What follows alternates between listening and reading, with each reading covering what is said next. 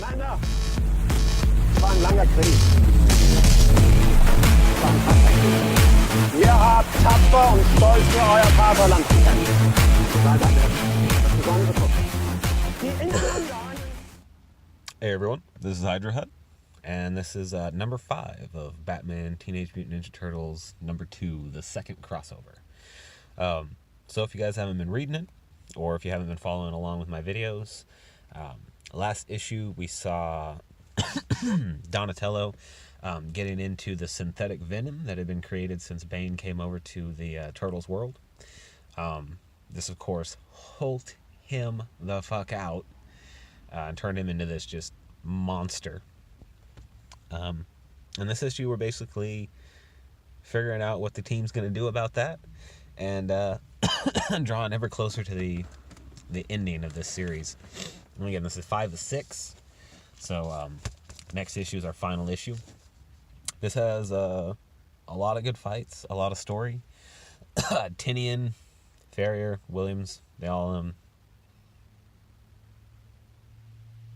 keep doing what they're doing. Again, this is by IDW.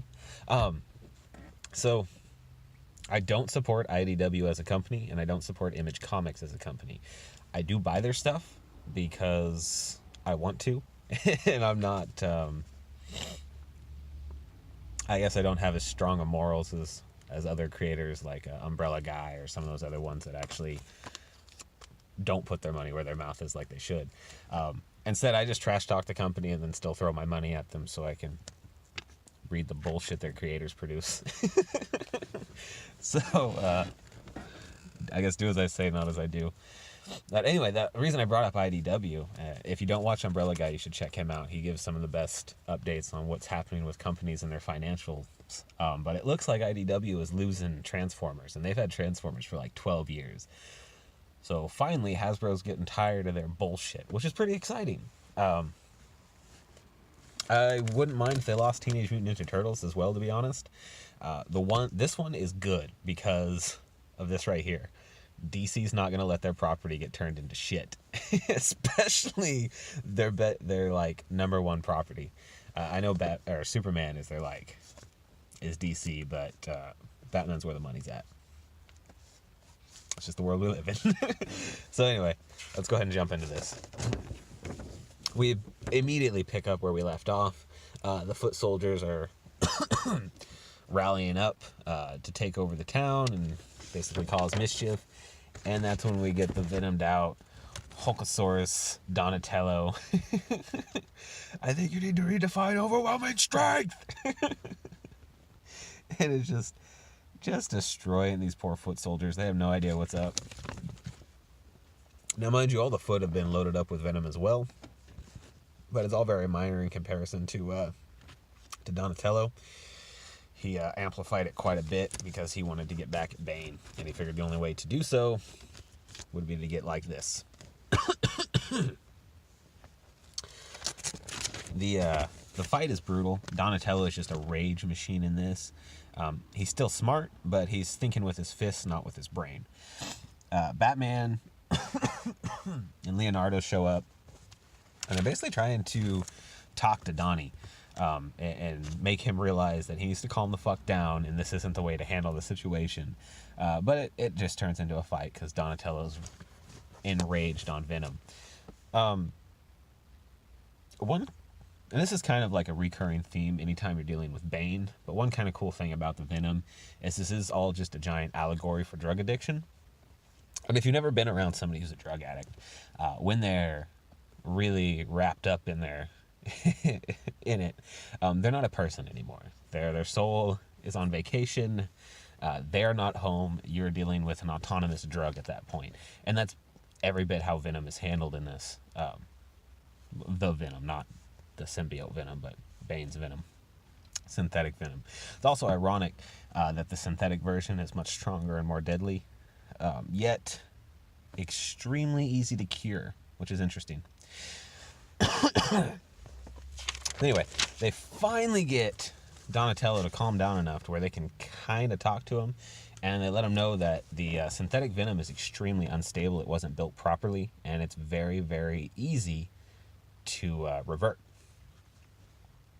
But during the fight, we jump back to the main camp where everybody is basically recouping. Last episode basically saw Splinter dying, essentially. And we see Raphael basically sitting over the corpse of his dad, mourning, and Damien shows up. And Raph and Damien through this whole series have been interlocked in this just combat because they have basically the same type of personality. So, of course, they clash very, very, very hard. This scene right here is very cool. It shows the humanity that Damien actually has, and he's not just a soulless little fucking twerp. But he shows up. Raph is like, honestly, Robin, save it. The only reason I'm not kicking your little bird butt right now is out of respect for my father. And he's like, that's why I'm here too.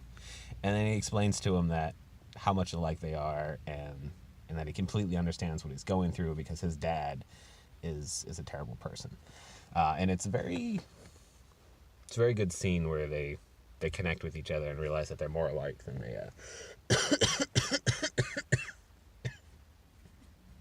they thought up to this point. Which I liked. That was cool. I wasn't expecting it. It was a nice little bit of story. At the same point, we find that Raph is going to be taking Splinter back to Batman's time to try and heal him. And then we jump back to the battle where Batman and Leonardo are finally kind of talking some sense into Donatello. Batman basically tried touching in on his real personality to bring him in. But they basically had to just fight until they finally broke through the drug to the Donatello inside and made him realize that this isn't the best route. What they can do is they can just cure everything, but to do it, they need Donnie's genius because Batman doesn't know enough about this world to do it on his own. And that's what finally strikes home for Donnie. Realization that his brain is his strength. And that's kind of like, I mean, that's basically what this whole story arc has been about, is Donnie struggling with the fact that he's different and strong in his own way. And they really help him realize that. We, of course, get some shots of Bane, who's taken over the Statue of Liberty as his main base because he wants everybody to know where he is. And we also find out that the whole purpose of Bane's thing is he's going to get everybody addicted to venom, and he's basically going to become a giant drug dealer, and everybody will be his servant because they're going to be addicted to this. The interesting thing, and the thing that I don't really like, because it seems to be alluding or allegorical to something I don't appreciate, they present it as everybody is scared of the weapon that Bane has. So Bane is going to give everybody that weapon so that they will basically be able to defend themselves from other people with that weapon. And then Bane will control the supply of the said weapons, and that's how he's going to control the populace. It's an allegory for drug addiction, but it really seems they're trying to paint it as one for gun control. And I don't think that's what they're doing. It could just be because of the current times, and I'm overly sensitive to that type of stuff.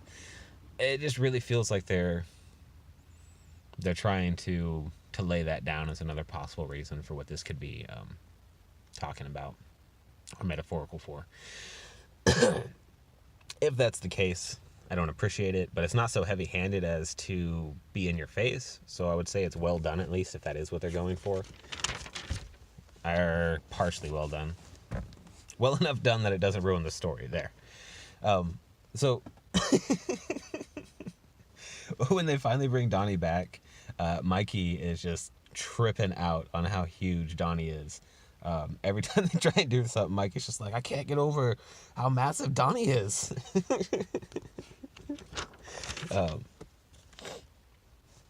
Is this the last page? I don't want to show you guys the last. Okay, no, it's not.